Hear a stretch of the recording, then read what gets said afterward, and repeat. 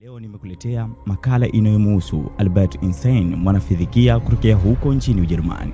Hebu kaa nami. Albert Einstein ni mwanasayansi maarufu sana aliyeleta mapinduzi katika ulimwengu huu wa sayansi, ambapo enzi za utoto wake walimu wengi sana walimuita kama kilaza wa darasani, yaani Zuzu. Hivyo ndugu yangu, ukiitwa Zuzu usikasirike sana, maana siku zijazo hakika huwezi kujua. Mwenyezi Mungu pekee ndiye anayejua hatima yako. Maisha ya awali ya Einstein hayakubalika kabisa siku za mwanzo, kwani walimu wengi sana, kutokana na kichwa chake kilikuwa ni kigumu sana awapo darasani. Ama hakika hata wanafunzi wenzake walimuita Zuzu, kwani yeye hakuwa mwanafunzi anayependelea sana kuongea. Juhudi zake binafsi katika kuamini kile anachokifanya kilimfanya kuwa genius wa juu sana. Yaani ni mtu mwenye uwezo wa akili kwa kiasi kikubwa sana. Kwa Kiingereza wenyewe wanatamka intelligence quotient, yani IQ. Inakadiriwa alipopimwa ubongo wake alipatikana na kipimo cha IQ 160 mpaka 190. Hiko ni kiwango kikubwa sana. Hebu jitafakari wewe, huenda hata IQ moja hauna. Ngoja niendelee nisikuseme ndugu yangu. Msomi huyu ambaye alianza kama mjinga na baadaye aligeuza ujinga wake kuwa ni science ambayo inatumika mpaka sasa hivi. Na hakika ukitoa top 10, yani 10 bora za wanasayansi hapa duniani au ulimwenguni, hata ufike katika sayari ya Mars, hakika hutoacha kumtaja bwana Albert Einstein. Na kamwe katika historia hii ya dunia hatoweza kusahaulika, kwani ni mtu imara zaidi katika mrongo wote wa science.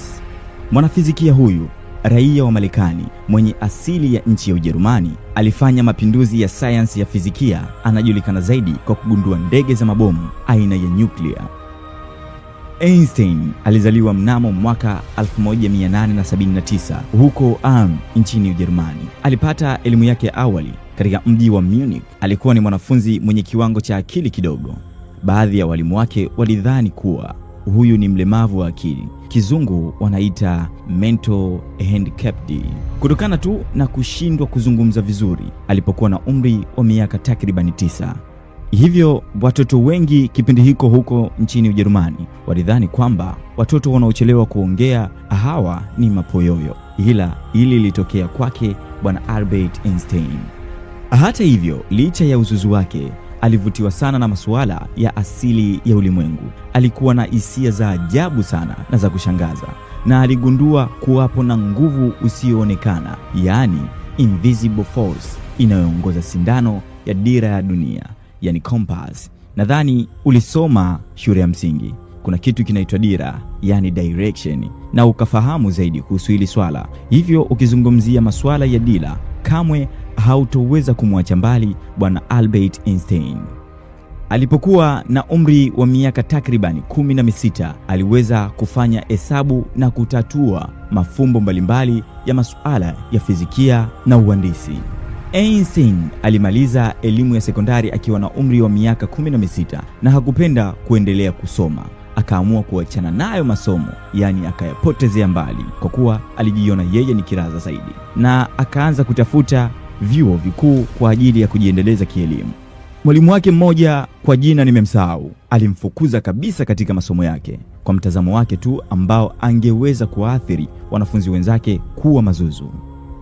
Einstein alijaribu kutuma maombi ya kujisajili chuo cha Federal Institute of Technology, yani FIT, huko Zurich nchini Uswizi. Wanafunzi wengi sana hawapendi hesabati, lakini huyu jamaa kwa kuwa hakuwa anaweza masomo yasiyo ya hisabati, hivyo katika chuo hiko cha FIT huko Zurich nchini Uswizi alifeli kabisa mtihani wake, na hiyo ilipelekea kutoweza kujiunga katika chuo hicho, kwani interview tu alifeli. Kwa ushauri wa mkuu wa chuo hiko cha FIT, alienda kujiunga katika chuo cha Cantona huko Alau nchini Uswizi na kufanikiwa kupata diploma ambayo ilimwezesha kukubaliwa kujiunga na chuo hiko cha FIT mnamo mwaka 1896, ambapo alishindwa hapo awali kujiunga. Akiwa hapo alitambua uwezo wake mkubwa katika masuala ya fizikia kuliko vile ya hisabati. Einstein alifaulu na kuhitimu katika chuo cha FIT mwaka 1900, lakini kwa sababu ya kutoelewana na mmoja wa profesa katika chuo hicho hakuweza kuendelea kabisa na masomo, na hii ni kutokana tu kukosa msaada wa kifedha, kwani kwao asili yao haikuwa na fedha kabisa katika familia yao. Mnamo mwaka 1902 aliajiriwa katika chuo cha Bern akiwa mkaguzi katika nchi ya Uswizi, lakini baada ya kufikisha umri wa miaka 26 alitimiza vigezo vyote vya kumwezesha kufundisha chuo kikuu. Aliandika utafiti wake wa kwanza kabisa wa mapinduzi ya kisayansi katika chuo hicho. Utafiti huo ulimpa umaarufu mkubwa sana bwana Albert Einstein, na vyuo vikuu vyote vikaanza kumgombania kama yule mwanamke mrembo mnayemgombania hapo mtaani kwenu. Bwana mkubwa, usicheke, kwani hujawahi kumgombania mwanamke mrembo wewe? Basi Einstein ndipo alipoanza kugombaniwa kwa sababu tu kila chuo kilikuwa kinahitaji huduma zake za kufundisha. Mnamo mwaka 1909, baada ya kutumika kama mwalimu katika chuo kikuu cha Bern, aliitwa kufanya kazi akiwa kama profesa msaidizi katika chuo kikuu cha Zurich huko nchini Uswizi. Miaka miwili baadaye alichaguliwa kuwa profesa kamili katika chuo kikuu cha Ujerumani huko Prague, Czechoslovakia. Kaka, nisikudanganye sana, hizi si porojo ambazo ngalima naweza kuzisema au kuzitaja, bali ni vitu vya kuaminika kabisa kumhusu bwana Albert Einstein. Ngoja niendelee, nisikukatize utamu, maana kwenye utamu unahitaji utamu zaidi. Ndani ya mwaka 1.5 akarudi katika chuo kikuu cha FIT akiwa kama profesa kamili. Hatimaye mwaka 1913 mwanasayansi maarufu Max Planck akishirikiana na Weissenst walisafiri pamoja kwenda mpaka Zurich. Wakamshawishi tu bwana Einstein akubali kuwa profesa wa chuo kikuu cha Bern huko nchini Ujerumani, huku akishirikiana nao pamoja kabisa kuwa mwanachama kamili wa chuo kikuu cha science cha Prussia, ambapo alikubali hiyo ofa. Maisha ya awali ya Einstein hayakukubalika sana kwa walimu kutokana tu na kutokuwa na akili darasani. Juhudi zake binafsi katika kuamini kile anachokifanya kilimfanya kuwa genius mkubwa sana na kuandikwa katika kila historia hapa duniani. Yaani kuwa mtu mwenye akili za juu zaidi, IQ yake ni pana zaidi. Einstein alianza kujulikana katika masuala ya fizikia na umaarufu wake ulizidi kuongezeka kutokana tu na tafiti zake zilikuwa zinakubalika na mtu yeyote ambaye angemsikiliza, hatua ambayo ilizifanya kazi zake kupata sifa kemkem katika ulimwengu huu wa fizikia.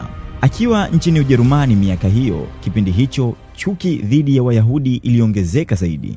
Einstein alianza kupata mashambulizi kutoka kwa wanasayansi wenzake kama Philipp Renard na John Sack ambao walikuwa ni Wayahudi na washindi wa tuzo za Nobel katika masuala ya fizikia. Wanafizikia hao walianza kuhusisha nadharia zao dhidi ya Einstein, fizikia ambazo waliziita za Kiyahudi, theory of relative. Hivyo mwanasayansi huyu alijiuzuru kutoka katika chuo cha Prussia mnamo mwaka 1933. Kwa mara kadhaa Einstein alikuwa akitembelea chuo cha California Institute of Technology huko nchini Marekani, ambapo safari yake ya mwisho ilikuwa ni mwaka 1933. Alipewa nafasi katika chuo cha Institute of Advanced Studies huko Princeton katika mkoa au jimbo la Massachusetts. Akiwa nchini Marekani mwaka 1939, Einstein alikuwa mstari wa mbele zaidi katika utengenezaji wa bomu la atomic.